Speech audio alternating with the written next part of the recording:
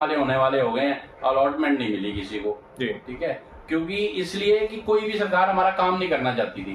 कांग्रेस ने पहले तो एमसीडी में हमारा पास कर दिया, कितने साल तो पहले पेंडिंग रखा। जब एमसीडी ने पास कर दिया, कुछ फ्लैटों को नोटिस आया था कि भी आपको ये फ्लैट खाली करने पड़ेंगे, ठीक है, 39 फ्लैटों को, क्योंकि ये छोटे बराम कमरे के रूम में थे तो इनको कोर्ट की तरफ से ऑर्डर हुआ था। फिर एमसीडी में हमारे यहाँ काउंसलर थे अश्विनी ऊर्जा, जिन्होंने एमसीडी में उस टाइम पे, आज की इत्तेफाक की बात बता रहा हूँ, एमसीडी में विजेंद्र गुप्ता आज स्पीकर है, उस वक्त स्टैंडिंग कमेटी चेयरमैन थे, आरती मेहरा उस वक्त थी मेयर।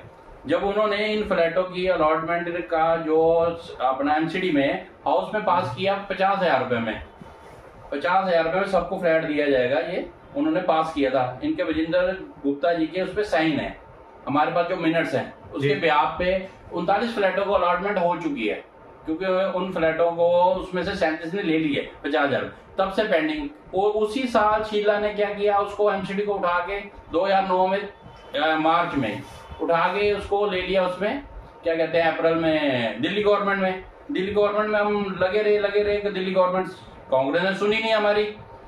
बार शीला के, 1-2 बार हम शीला के पास भी गए तो कोई रेस्पॉन्स नहीं मिला हमारे फ्लैटों की अलॉटमेंट के बारे में, वो अटक गया, ठंडे बस्ते में डाल दिया। उसके बाद ये भाई साहब आगे क्या कहते हैं, ये केजरीवाल साहब जी, इनके चक्कर में लगे रहे। मनीष सिसोदिया थे इस मैटर को देखने वाले, उनके यहाँ पे भी हम गए, उन्होंने एक बार हमारे को टाइम दिया अपने घर का, उसके बाद जिंदगी में दोबारा टाइम नहीं दिया। वो भी हमारे यहाँ के काउंसलर थे परमेश चौहान, वो हमें लेके गए थे उनके घर पे सबको इस मैटर पे बात, क्योंकि डॉक्टर हर्षवर्धन ने हमारे फ्लैटों की इंक्वायरी शुरू करवा दी थी, कभी चलो इंक्वायरी कराओ। इनको डॉक्टर ने, जो एसडीएम है, उसने एलिजिबिलिटी लेटर देना था, वो इसी काम पे अटका पड़ा कि स्टेट गवर्नमेंट देगी तब यार।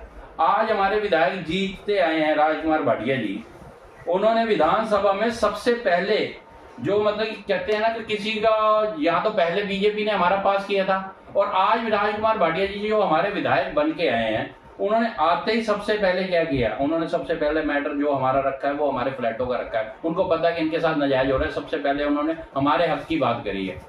तो आज ये लग रहा है कि हाँ भाई अब हमारा कुछ सुनने वाला, सोचने वाला, कुछ निपटाने वाला सरकार आई है कि जो हमारा काम सारा हो जाएगा। क्योंकि इन फ्लैटों में 576 फैमिलियां थी, जिसमें से 39 को मिल गया, बाकी को मिलना है मालिकाना हक। सिर्फ एक एलिजिबिलिटी लेटर के अटके हुए आज ये 37 साल 38 साल हो गए लोगों को इसी काम पे अटका हुआ है।